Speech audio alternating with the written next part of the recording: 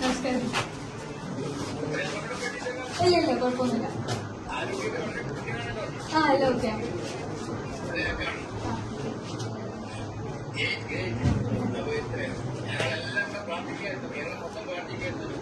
Thank you so much.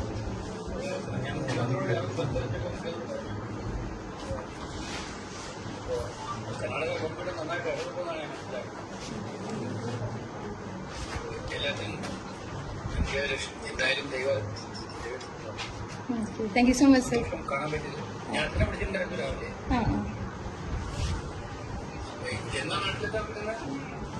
ഇന്ന് ഇരിക്കാം.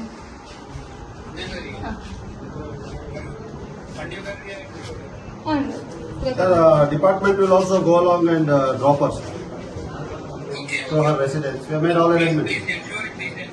Everything. Ensured, sir. We have also told that.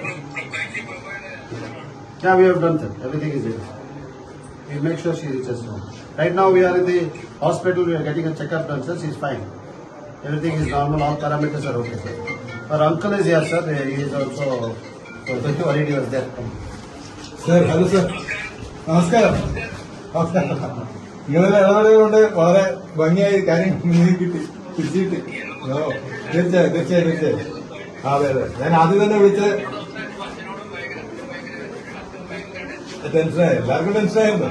അതെ. പക്ഷേ കർണാടക MLA എസ്പെഷ്യലി പൊന്നെണ്ണ വളരെയധികം ഇതിൽ ഇൻവോൾവ് ചെയ്തു. പിന്നെ നമ്മുടെ SP അഡ്വൈസർ ലീഗൽ അഡ്വൈസർ കൂടിയാണ്. അദ്ദേഹത്തിന്റെ ഒരു എഫേർട്ട് ഭയങ്കരമാണ്.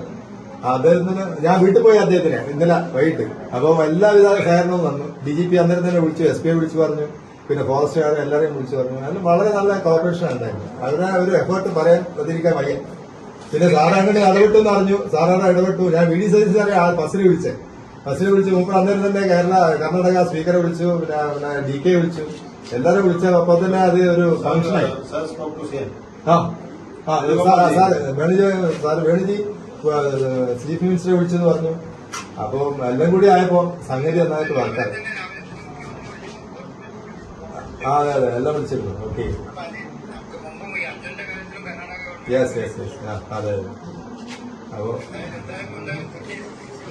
തീർച്ചയായും അതിന്റെ ഭാഗ്യം, ദൈവത്തിന്റെ ഭാഗ്യം, ദൈവത്തിന്റെ കൃപ. അപ്പൊ സാറിന്റെ ഇടപെടലെല്ലാം വളരെയധികം നന്ദി. അതുകൊണ്ട് ഞാൻ പോവാം. ഞാൻ തീർച്ചയായും അങ്ങോട്ട് വീട്ടിലെത്തണം.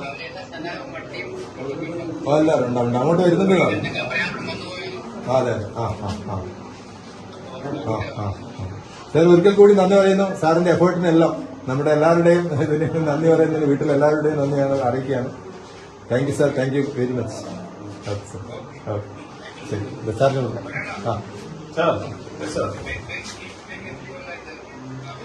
Everything will be taken care. I am also going the route of Wayanad.